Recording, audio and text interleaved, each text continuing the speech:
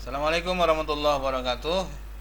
Alhamdulillah, salatu wassalamu ala rasulillah wa ala alihi washabihi wa ala ba'd. Apa kabar anak sekalian? Alhamdulillah, pada hari ini kita bisa bertemu kembali atas nikmat yang Allah berikan kepada kita semua, nikmat iman, Islam dan sehat walafiat, sehingga kita bisa bertemu kembali dalam pelajaran pendidikan agama Islam untuk membahas bab selanjutnya. Masih ingat ya bab sebelumnya? Kita membahas tentang macam-macam sholat sunnah. Sholat sunnah yang dilakukan bisa dengan berjamaah atau sendiri. Sholat sunnah yang dilakukan dengan cara berjamaah, dan sholat sunnah yang dilakukan dengan sendiri. Sholat mana yang sudah bisa dikerjakan oleh kalian di rumah? Sholat mana? Ya, biasakan ya. Biasakan yang gampang-gampang saja. Makanya kan di sekolah ada yang namanya tadarus dan sholat duha tuh biasakan ya. Mudah-mudahan Allah memberikan keistimewaan kepada kita semua, istiqomah dalam rangka melaksanakan sholat sunnah, tidak sekedar sholat wajib. Oke, untuk bab selanjutnya kita akan sampaikan tentang macam-macam sujud. Macam-macam sujud. Yang pertama ada namanya sujud syukur, yang kedua sujud sahwi, dan ketiga sujud tilawah. Sujud syukur, sujud sahwi, sujud tilawah. Nah, kita akan bahas satu persatu ya. Yang pertama sujud syukur. Nah, ini akan kita bahas nih. Apa itu sujud syukur? Apa dasar hukumnya, sebab-sebabnya, tata caranya, dan hikmahnya.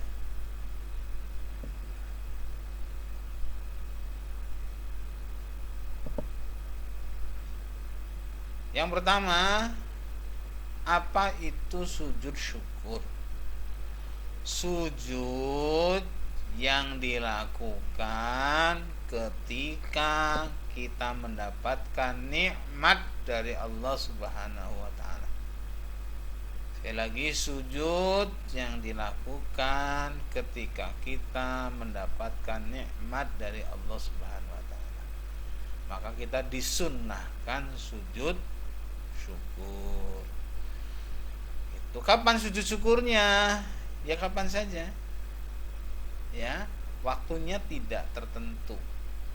Umpamanya kalian suatu ketika dapat rezeki dari Allah Subhanahu wa taala, langsung ketika itu ya sujud syukur. Atau mungkin ketika di sekolahan oleh gurunya diumumkan hasil ulangannya, kemudian kalian mendapatkan nilai yang bagus, sujud syukur.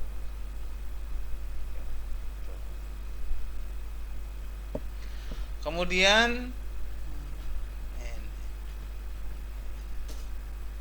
mendapatkan nikmat, terhindar dari musibah. Makanya kalian suatu ketika jalan kaki mau ketabrak motor nggak jadi, sujud syukur kepada Allah Subhanahu wa taala. Bagaimana caranya? Menghadap kiblat, niat, takbir, sujud, ya, bangkit dari sujud. Jadi posisinya menghadap kiblat, tidak boleh sembarangan. Sujudnya hadap kiblat ya. Kemudian niat sujud syukur, takbir, Allahu Akbar, langsung sujud. Apa bacanya? Ya, Allahumma a'inni ala dzikrika wa syukrika wa husni ibadati. Coba diulangi. Allahumma a'inni ala dzikrika wa syukrika wa husni ibadati. Ya, Allahumma a'inni, ya Allah, tolonglah aku atau berilah aku pertolongan untuk senantiasa berzikir kepadamu dan bersyukur kepadamu. Berapa kali dibaca terserahmu, berapa kali, 3 kali juga gak apa-apa. Allahumma inni ala dzikrika wa syukrika wa husni ibadatik. Gitu. Habis itu bangkit dari sujud, kemudian salam langsung. Gampang kan? Tapi juga lihat situasi dan kondisi ya. Masa lagi di jalan sujud syukur ya nggak mungkin. Ya di tempat-tempat tertentu lah yang memungkinkan kita untuk melakukan sujud syukur. Apa hikmahnya kita sujud syukur? Yang pertama, ya, tertib menggunakan nikmat dari Allah Subhanahu wa taala, terhindar dari takabur, dekat kepada Allah. Orang yang sering sujud, maka dia orang yang dekat kepada Allah Subhanahu wa taala. Karena apa? Barang siapa yang sujud, maka ketika itu orang itu sedang dekat kepada Allah Subhanahu wa taala. Jadi semakin sering dia bersujud, maka sering dia dekat dengan Allah Subhanahu wa taala. Bahkan ya, kondisi manusia yang paling dekat kepada Allah Subhanahu wa taala adalah ketika dia sujud. Makanya kata Nabi, banyak-banyaklah untuk bersujud. Salah satunya adalah sujud syukur. Maka kalau kita sering sujud syukur, bersyukur kepada Allah, dekat kepada Allah, maka kata Allah, la in syakartum la azidannakum. Maka ketika kalian bersyukur, maka akan aku tambahkan nikmatku kepada kalian. Terhindar dari takabur. Ketika kita punya nikmat, mendapatkan nikmat dari Allah, kita selalu ingat kepada Allah. Artinya apa? Kita tidak pernah takabur membanggakan diri kita. Oh ya, rezeki ini adalah titipan dari Allah Subhanahu wa taala.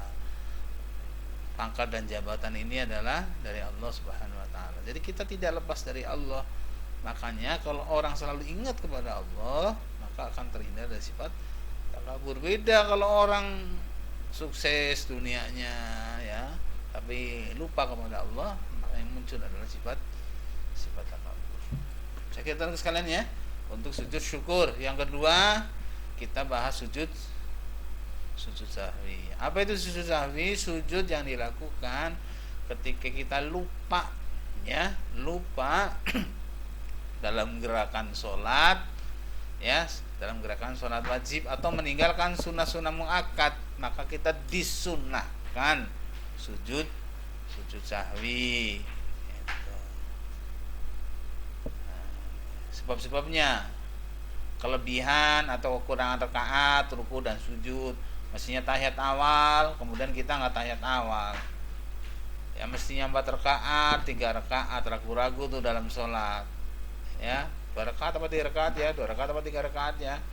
Nah, maka nanti sebelum salam kita disunahkan untuk sujud sahwi. Termasuk mestinya tahiyat awal, kita nggak tahiyat awal, posisinya sudah berdiri, ya langsung berdiri, nggak usah duduk tahiyat awal. Kecuali kalau posisinya belum berdiri, ya, baru mau berdiri, lupa kita nggak tahiyat awal, duduk saja. Tapi kalau sudah berdiri, ya jangan kemudian duduk, lanjutkan aja sholatnya, nanti kemudian sujud sahwi. Sujud yang lupa dilakukan karena kekurangan pada rakaat atau kelebihan dari rakaat, ruku dan sujud dalam sholat. Caranya dilakukan sebanyak 2 kali, dilakukan sebelum salam. Jadi sujud, jadi pokoknya udah mau salam nih, mau salam langsung sujud, Allahu Akbar. Bacaan apa? Subhanaman la yanamu wa la yasu. Di sini nggak ada ya. Bisa kalian dihafalin tuh. Subhanaman la yanamu wala yasu. Subhanaman la yanamu wala yasu. Nah, 2 kali. Allahu Akbar, duduk, sujud lagi, baca itu lagi, kemudian baru salam. Apa hikmahnya menyempurnakan sholat? Ya, karena waktu itu sholatnya kan belum sempurna tuh, karena ada yang ditinggalkan yang mestinya harus dilakukan. Contohnya tidak tahiyat awal, kan tadi nggak sempurna. Maka sebagai penggantinya agar sempurna sholatnya, maka dengan cara menyempurnakan dengan cara sujud sahwi. Itu menyadari akan kekurangan diri, tertib dalam sholat. Satu lagi, sujud tilawah. Sujud yang dilakukan ketika kita membaca ayat sajadah. Kalau kalian baca Al-Quran, biasanya kalau baris itu ada ayat sajadah, biasanya di pinggirnya ada kotak kecil tuh, tulisannya sajadah. Nah, ketika kita membaca ayat sajadah, gitu ya, maka disunahkan sujud tilawah. Atau mendengar, gitu. Ada orang baca Al-Quran, kalian mendengar pas melewatin salah satu ayat sajadah itu, maka disunahkan sujud tilawah. Syaratnya ada nih, suci menghadap kiblat dan menutup aurat. Rukunya niat, takbiratul ihram, sujud, duduk, salam. Ada yang hafal bacanya?